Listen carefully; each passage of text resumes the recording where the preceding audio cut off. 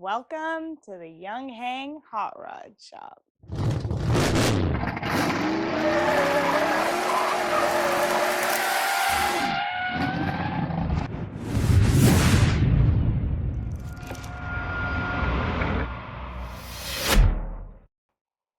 Welcome back, friends, to another episode of the Yong Heng Hot Rod Shop. Today, we're going to take a look at some questions that you guys ask on the regular, and I'm going to try and put together my best answers to these questions that keep recurring. One of the things that I've noticed over and over again is the same email questions keep coming in, and I keep answering them, and I'm pretty much spooning out one answer at a time. And I thought, well, why not get all of these questions together on some paper and address them here on the channel? So that's what we're going to do today. Today is going to be questions and answers about high pressure air and how to feed those beautiful PCP air guns that we all love. So let's get to it. This question I get all the time. Hey, Bill, should I get a Yong Heng or a GX CS2, CS3, CS1, whatever it is? And that's really a tough question because what we're really looking at here is an apple and oranges comparison.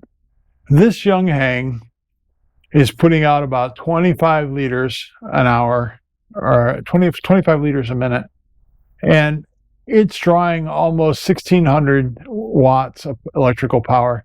It's got to run on AC, so the amount of places that you can run it are pretty limited, so you're stuck on the bottle. Hey, some of you guys have a hard time giving up the bottle. I understand. I can tell you, I haven't used my carbon fiber bottles in a long, long time. And I did a video a while back called The Yong Heng Killer, and it was about actually this little CS2 right here, kind of taking the place of this whole bit of apparatus.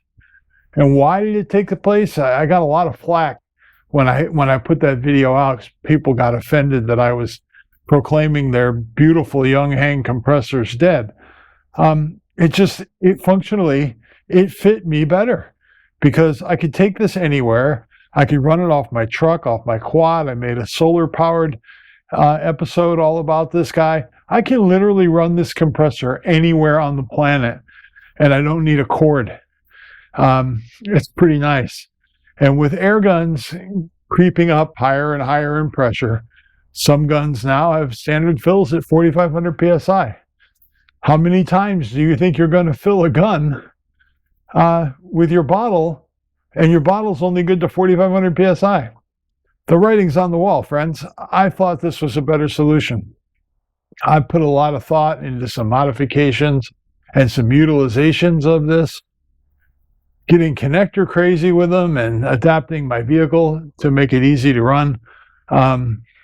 These have been one of the most reliable small 12-volt DC compressors that I've tested on this channel, period, bar none. I've looked at some models that manufacturers have sent me to look at for them. And honestly, I wouldn't put them on this channel. I'm not going to mention who they are, but they just don't have the rigidity in the crankcase and the serviceability that these GX units do. Do I think the GX is the best compressor in the world? No, I don't. Honestly, if I had a boatload of money, I'd probably have an Alkin. But hey, not everybody's got that kind of cash. So these do a great job for me. So GX versus Yong Heng, I don't know. Are you stuck on the bottle? Do you have to lug this thing around all the time? And then have to always go back to your Yong Heng for a fill with your 5-gallon pail of water and all that stuff? That just wasn't for me. And I'm going to go back and show my Yong Heng hot rod compressor again in the future. But understand that I'm not married to anything except a way to get my air guns filled easily. And honestly, these little guys do it for me. All right. This one I get a lot. Hey, Bill, I know you're always talking about the CS2. And the CS2 is really cool. But hey, you know, I really like the features of the CS3. And, you know, hey, for the first time on this channel, we actually have a CS3. Back when I had a job for a brief period of time, I was able to get a CS3 to use on the channel. And I plan on selling it when I'm done with it to recoup some of the costs, because honestly, I've got too many compressors as it is. But anyway, I've actually come to like this little guy.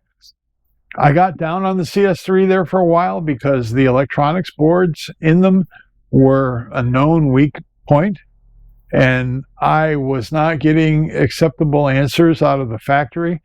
They told me that the electronic boards were failing because users were turning the compressor on into a higher pressure. They didn't have the vent open when they turned it on. I'm like, I've looked at the circuit board, and that's not possible. You've got a weak bit of electronics in there, and the only thing in the circuit when this guy gets turned on into pressure is the relay, and the relays weren't failing. And I've done forensic analysis on several of these boards from you all. My loyal viewers have sent me stuff to look at to do forensic analysis on them. And I'm here to tell you it wasn't because of the customers. It was because the electronics were weak. Now, that being said, I have seen a dramatic fall off in CS3 board sales. And that tells me that they are surviving in the wild. And that's fantastic. I'd love to sell product, but I'd much rather guys enjoy their guns and have fun shooting and not wrenching on compressors. So the CS3 has kind of grown on me a little bit. I have gotten used to the set and forget. Do I trust it? No, not really. I'm always here in the shop wandering around. I don't let this run unattended for very long. And you still have to make sure you don't run this for more than 20 minutes at a time. Same pump in both units. It's not going to cool well enough to get rid of all that heat. And the other thing that I'm critical of the CS3 is it puts all this sheet metal around the parts that need cooling. And I don't think it really helps them cool better. I don't. I think it is a restriction, and I don't think it aids airflow at all. I think the open construction of the CS2 leads to a marginally higher reliability because of better cooling. But anyway, that's just my opinion. I have no data to support that. But I have liked the CS3's auto shut-off feature, so that's kind of growing on me. As you can see, I still don't like clippy leads, so I have mine connectorized so that I can easily drop them. This I really like. I like this change. But I still need to put an hour meter on this guy and do some mods to it. And, you know, CS2, CS3, I really like the CS2 still because it's ease of service. I don't have to undo 10 sheet metal screws to get to the pump on this guy. It's just really a nice compressor to service, a nice compressor to use. Doesn't have all the bells and whistles, but I think that leads to higher reliability down the road. Anyway, that's my take on the CS2, CS3. Next question. Why do I not directly support the CS1? Notice I said directly support. I am told by some of you out there in the airgun world that the CS1 actually shares some common parts to the CS2 and the CS3. I don't have that knowledge. I'm taking this from you guys. I didn't like the CS1 initially because honestly, when I looked through the forums and everything, when I first went down this road, it was the CS2 that was getting glowing reviews. The CS2 that was getting a lot of uptake in our airgunning community, and people were raving that it was really reliable. Are they perfect? No, but I think the CS2 has a little better longevity than the CS1. I've not seen the inside of a CS1. I've seen some photos of one taken apart that a guy had issues with, and he was looking for parts, and I was able to match some parts from these two models and get them to him. But whether or not he was successful or not, I don't know. I haven't heard back. But, do I like the CS1? Honestly, no, I don't. I like the CS2 a lot. And the CS3 is kind of growing on me. I'll concede to that. Many of you have asked, what do I think of the new CS4? Well, that's a loaded question. I don't know. I know you can't buy one right now because they seem to be sold out everywhere. Does that mean they're really good? I think it means they just ordered a small quantity and they sold out of them pretty quickly. Honestly, I'm a little bewildered over the specs of this thing. They claim that it has a 350 watt motor instead of the 250 watt motor in these. And I'm a little suspicious that maybe some of that power that they're measuring is not doing the work of pumping, because it looks like the pump output seems to be almost exactly the same. Now, I know there is a cooling system on this new CS4 that they say you can run it for 5 to 7 hours. Yeah, I don't know that I would leave it unattended for that long until I built up a significant level of trust with it. But, honestly, what are you trying to fill with a pump that puts out about 5 liters of air a minute? It's going to take a long time to fill anything reasonably large. Granted, you can run it longer, but I mean, you really want to run that for 5 or 6 hours to fill? I mean, geez, if you were trying to fill something like this, it would probably take a while, a long while. So the CS4, do I think it's worth the money? I have people say, should I get a CS4 or should I get a Yong Heng? I'm like, look, if you're looking to fill these bottles, honestly, the Yong Heng is the better choice. If you're stuck on the bottle and you can't give it up, then yeah, the Yong Heng is probably going to serve you okay. I've got an episode coming up that I've been working on where I take my hot rod Yong Heng up a level. It goes up 5 levels. It's going to be much, much better than the original Yong Heng hot rod. And it's going to get this pump put in, which is the electronic version. You can program the stop pressure and all that stuff.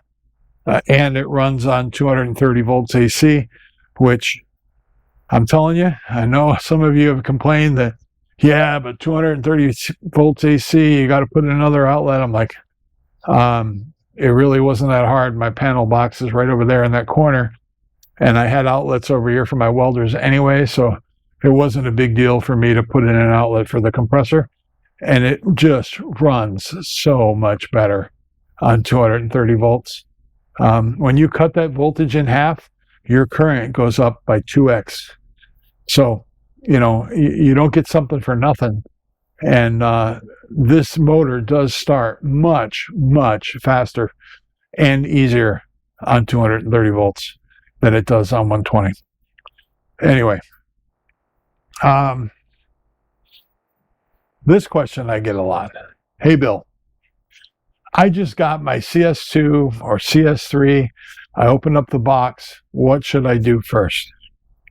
Honestly, the very first thing you should do, you should get your plug, put your plug in here, hook this compressor up, and run the deadhead test.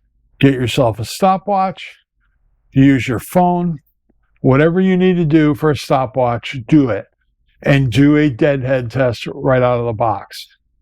If this thing doesn't hit that peak pressure, 4,500 psi, within 20 seconds or so, put it back in the box and start your return process on Amazon.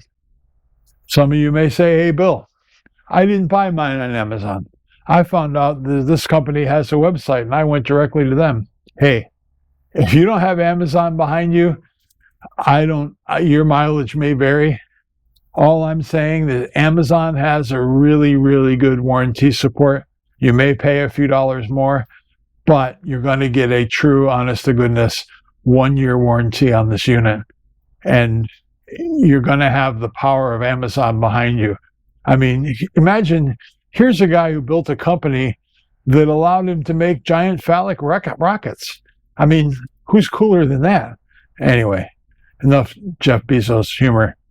These guys purchased through Amazon. Also, if you use my link, hey, I get a piece of it. That's great. Helps us both out.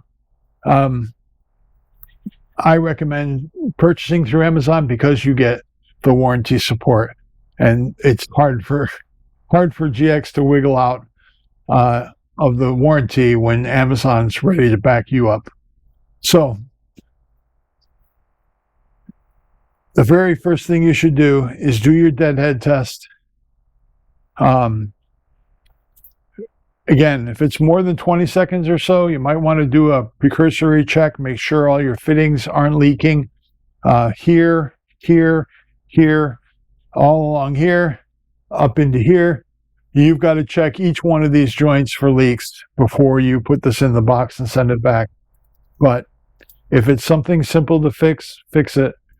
But if you're thinking about tearing into the compressor and everything else, save yourself. Don't do it. If it's bad out of the box, get a return, get it started, if you've checked that there are no leaks. Now, the next thing that I would do, and I've done this on my units, is I would use my disassembly video. I would skip to the, well, you have to kind of follow the steps to get the motor out. But once you get the motor out, I would crack that motor open. I would be as judicious as you can to get rid of that god-awful grease that they put in there. It really is terrible.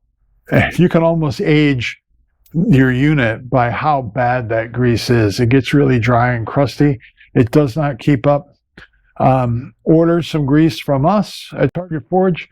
Our red synthetic moly is one of the best greases on the planet.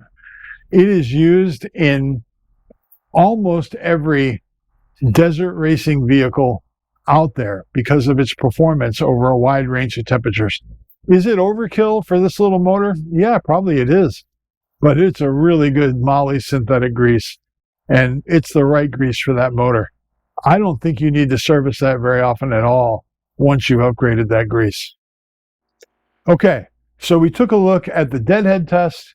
We took a look at the grease in the motor. Is that really critical? Well, if you only care about it lasting a year or two, maybe not. If you want to maybe get the most expensive single component on the whole compressor into a place where it can live its best life, then hey, upgrading that grease in the motor probably makes good sense. There were issues a couple of years ago with the gears not being heat treated correctly on the gear reduction. They fixed that. I haven't heard any more issues of that happening. And most of the later production seems to be absolved of that problem. So is it a good thing to upgrade? Yes, it is. So those are the two things I would do right out of the box. You don't need to lube the seals or the piston right out of the box. You can go for a while with that. And that kind of leads us to our next question. This I get a lot. Service intervals. Well, here we are again in this conundrum where I was trained and lived in the product development world in America for a long time.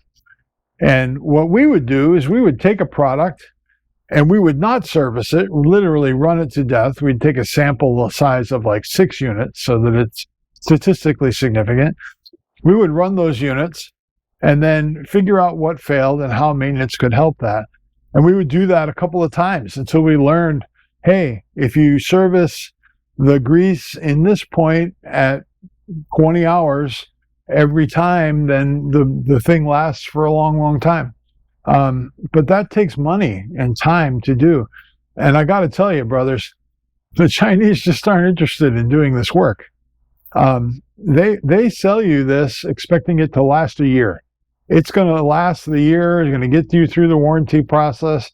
And then should it fail, well, they expect you to come along and buy another one.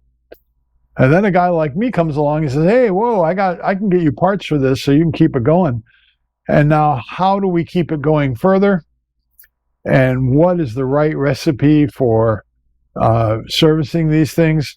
And I got to tell you, friends, I just don't have an enormous amount of data on this.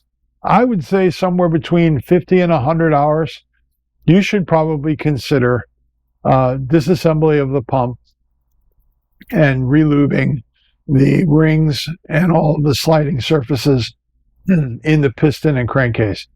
You should also, at that same interval, give a shot of grease to the upper plane bearing that connects the wrist pin to the crankshaft. That connecting rod is a plain bearing on the top and a ball bearing on the bottom. I would also lube the needle bearing on the bottom end as well at that point. So, I would do this between 50 and 100 hours of service, and I think these things will really last. I really do. That is a cast iron sleeve on these bores, both the low pressure and the high pressure, I believe, and you've got plastic seals. So as long as you keep them lubricated, they're going to last, and then changing them out is inexpensive and easy to do. At least I think it is. And if you're really lazy, we have whole piston assemblies. You can take the old piston assembly out, throw in a brand new one with new seals already in it, and then move forward. I think that's a great choice. I apologize. Apparently somebody is running my tractor right up behind the shop right now. What are you going to do? It's hard to find good help these days. Anyway, my take on service intervals is until I build up a lot more data, and I don't have the money to invest in enough compressors to do this test for the company. I've offered to them. I said, hey, I used to do this for a living. I am a test engineer. I've done tests on lots of really cool products like the 787 Dreamliner from Boeing, the G650 from Gulfstream, trucks, cars, you name it, electric motorcycles, gas motorcycles. I've tested all of that stuff. I can get you this data. They're not interested. They would much rather you just get another unit in a year. So it's up to us to determine what that is. And if you have war stories from the GX camp that you want to share with me, I'm more than welcome to get your emails, and I will take a look at them. I can't say I can respond to all of them because sometimes it gets a little hot and heavy, but I will do my best. Next up, this one I get quite a few questions about, and I apologize. I apologize to you all for not really. I kind of gloss over it because in my head it's like, well, everybody would do it this way. And that's not really true. What I'm talking about is my Yong Heng hot rod. That compressor is pretty tricked out. It's got way more temperature measurements on it than you need. I didn't put them on there because I thought you needed to know that. I put them on there to measure the efficacy of my cooling system in that system. I didn't know how to size. I could have calculated everything out, but I'm inherently lazy and didn't want to go through all that math. So I cobbled some parts together, and honestly, it works. I can fill a bottle like this from dead empty to full and not touch the pump. It just runs continuously. Now, I do want to drop the temperature about another 10 or 15 degrees when it peaks out. Right now it's about 145 if it's 75 in the shop. I would like to drop that just a little bit. I see this happen on the forums, and honestly, it drives me crazy. I see guys, just going berserk with temperature and what super cold water can do for them. And honestly, mechanical devices are designed to run at an optimum temperature. That temperature is not absolute zero. It's not 32-degree water running through it. These are going to run where the oil and the seals are designed to operate, not just as cold as I can get it, because that means I'm doing a great job giving my Yong Heng all the love it needs. I don't believe in that. I believe running these at a good temperature and getting temperature stability is far more important than super chilling the head on your pump. Now, that being said, I'm going to upgrade my Yong Heng hot rod a little bit. But honestly, I get comments from folks that say, well, I just hook up the hose to one end and let it run out the other end. Well, that's great. For the last 9 years, doing that in California would have gotten you some nasty looks from your neighbors and probably would have cost you some money in your water bill. It's just not feasible in areas that are drought prone to have a wastewater cooling system on a pump like this. Why? You don't have to waste all that water. A closed circuit cooling system works really well. And I promise I will do a video where I walk through exactly how I built the original Yong Heng hot rod in 2 different ways. One is a walkthrough on the Yong Heng, and the other one is the new build of the Yong Heng, and the replacement with this pump. And also, probably when I get to the upgrade part, I'll talk about oils and stuff like that, what I've learned from some of our tests in the past. But that's what I got today for you today, friends. I hope I've answered some of your questions that a lot of you have had, and a lot of you have given me a lot of stuff to think about here on the Yong Heng Hot Rod Shop. And do go on Amazon and get yourself a CS2 or a CS3. Use my links. Helps the channel out. Helps me keep being able to provide you with this information and these videos. In order for me to provide you with the best information possible, I need to generate some income from this. I'm not asking for a handout. I do love doing this, but it takes a lot. It takes a lot to shoot these videos, edit them, upload them, battle with YouTube over whether or not they're advertiser friendly or not. Anytime you use the word air gun, apparently it gets demonetized, which to me is absolutely absurd. But anyway, help a brother out. Do some shopping on Amazon, visit our links, and do check out targetforge.net. That's our website where all of our products are. And we are definitely working to expand the targets that we have offered in the past with new designs, a new methodology, and hopefully make it more cost effective in the end as well. Anyway, that's all for me. Oh, one more thing. Do check out the Airgun Geeks podcast. You guys have commutes. You guys have time in your tractor. You guys have windshield time that you're not utilizing the best way you can. Why not squeeze some more airgun life into that time and download some episodes of the Airgun Geeks podcast? You can find them on my YouTube channel. You can find them on the Airgun Geeks YouTube channel. And you can also get them on iTunes, Google Podcasts, any place that carries podcasts, you will find the Airgun Geeks. I'm a co-host on there. Patrick, my friend, he is the owner of that podcast. And the two of us strive to give you the best airgun content we can and news from the airgun world every 2 weeks. So do check that out as well. Until I see you again, be a light in the darkness, friends. Love you all. Have a great weekend.